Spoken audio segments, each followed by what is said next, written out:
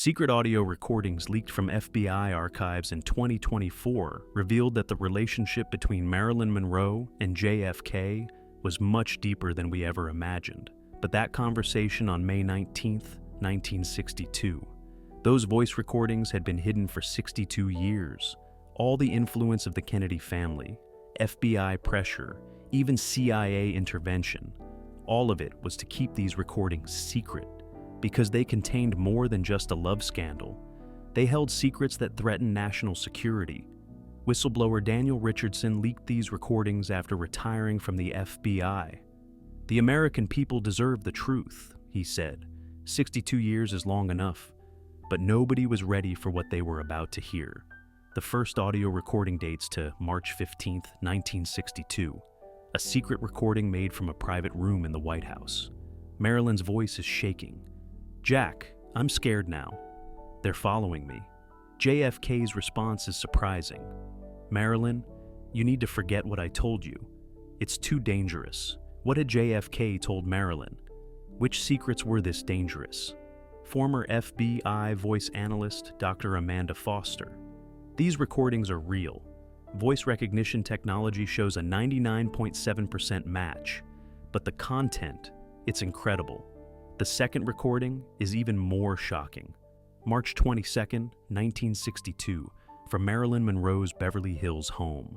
A phone conversation was monitored. Marilyn is telling someone, "Jack told me everything about Cuba. Bay of Pigs operation, Castro assassination plans, everything." The voice on the other end, "Marilyn, don't tell anyone about this. Your life is in danger." Marilyn's response, "It's already in danger. But I don't care anymore." What happened after this phone conversation? The recordings revealed a horrifying truth. The third recording is from March 25th. Marilyn is talking to someone else. "Bobby is just as dangerous as his brother Jack. He's blackmailing me. He says, 'Shut up or we'll finish you.'" Was Robert Kennedy, as Attorney General, trying to silence Marilyn? In the recording, Marilyn continues, "They both know that I know what they know. That meeting in Bay Area, the real meaning of the Monroe Doctrine, Vietnam plans." Was Marilyn Monroe threatening them with state secrets she learned from JFK? The most shocking recording is from May 19, 1962, directly from the Oval Office. The last conversation between JFK and Marilyn. JFK's voice is tense. "Marilyn, this relationship can't continue anymore. Too much risk." Marilyn's response, "Relationship? Jack, I was in love with you. You used me." JFK, "That's how politics works, Marilyn. You can't understand." Marilyn, "I understand. And others will understand too." What happened after that conversation would change history. On May 20th, an emergency call to Marilyn Monroe's psychiatrist doctor, Ralph Greenson. In the recording, Marilyn is sobbing. "Doctor, I think I made a mistake. I told Jack that I'm going to reveal everything." Dr. Greenson, "What are you going to reveal, Marilyn?" Marilyn, "The Cuba thing, Vietnam plans, CIA's dirty operations, everything." This recording was made just 2.5 months before Marilyn's death. Former CIA expert James McCarthy was shocked after analyzing the recordings. If Marilyn really knew these secrets and was threatening to reveal them, this is a national security matter. In the May 25th recordings, Marilyn is making another phone call. "Walter, will you publish this in your newspaper? JFK's real face? Walter Cronkite, CBS's legendary anchor?" Cronkite's voice is clear in the recording. "Marilyn, this is very dangerous. They'll want proof from you." Marilyn, "There's proof, Walter. Photos, documents, notes in Jack's own handwriting." Cronkite, "Where are these?" Marilyn, "In a safe place. If something happens to me, they'll automatically be given to the press." Was this dead man's switch tactic real? June 1st, 1962.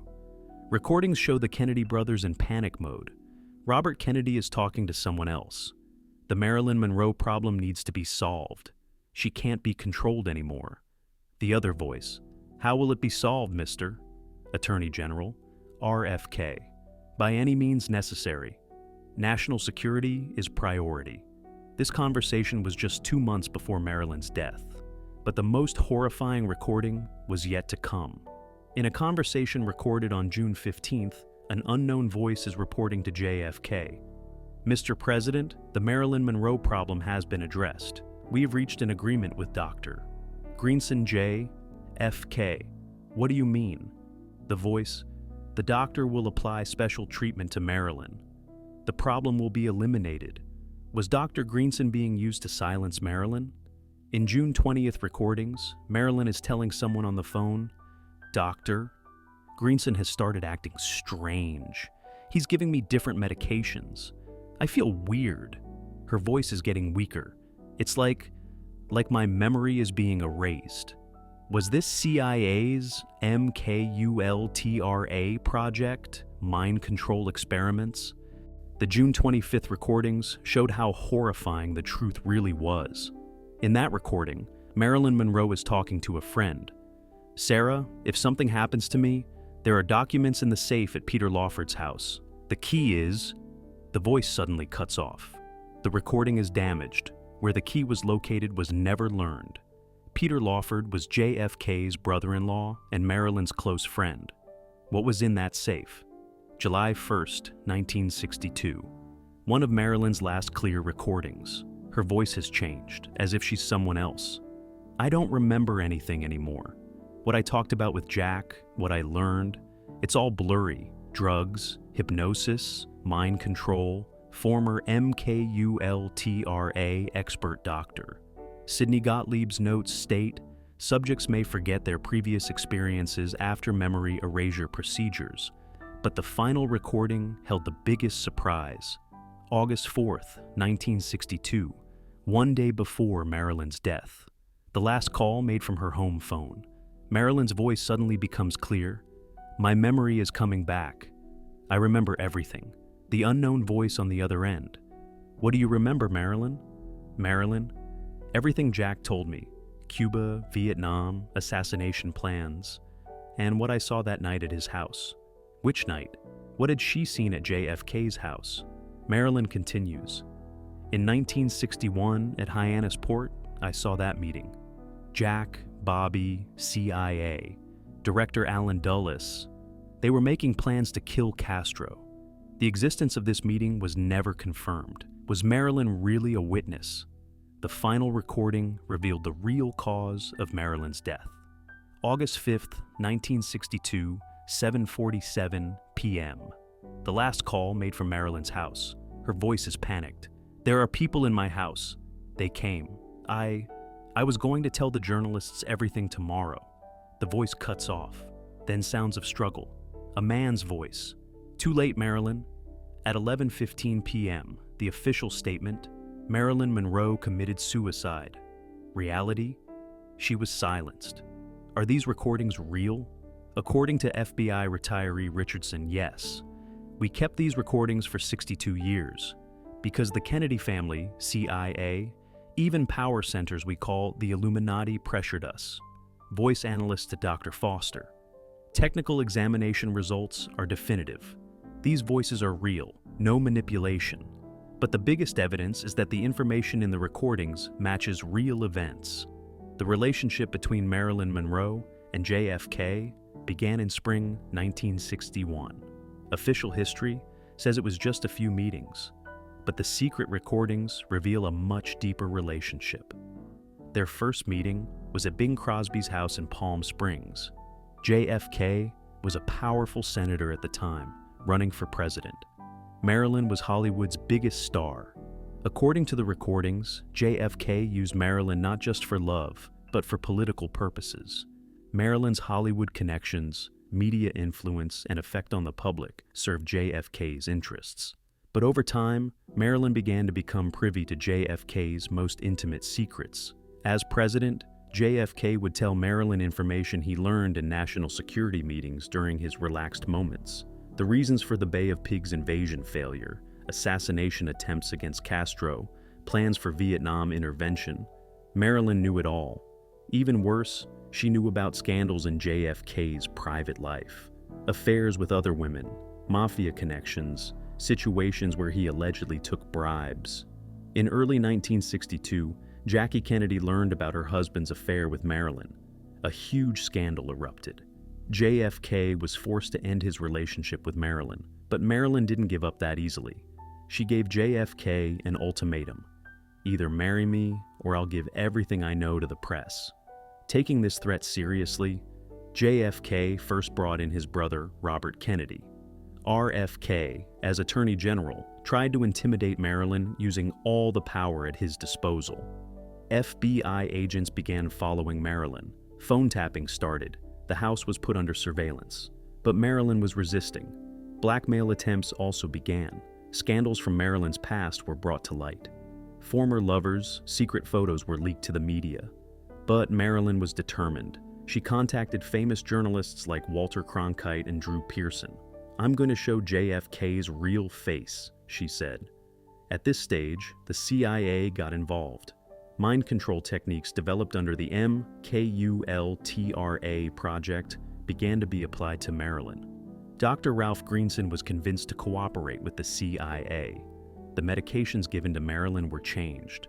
Mind-altering substances like LSD and scopolamine began to be administered.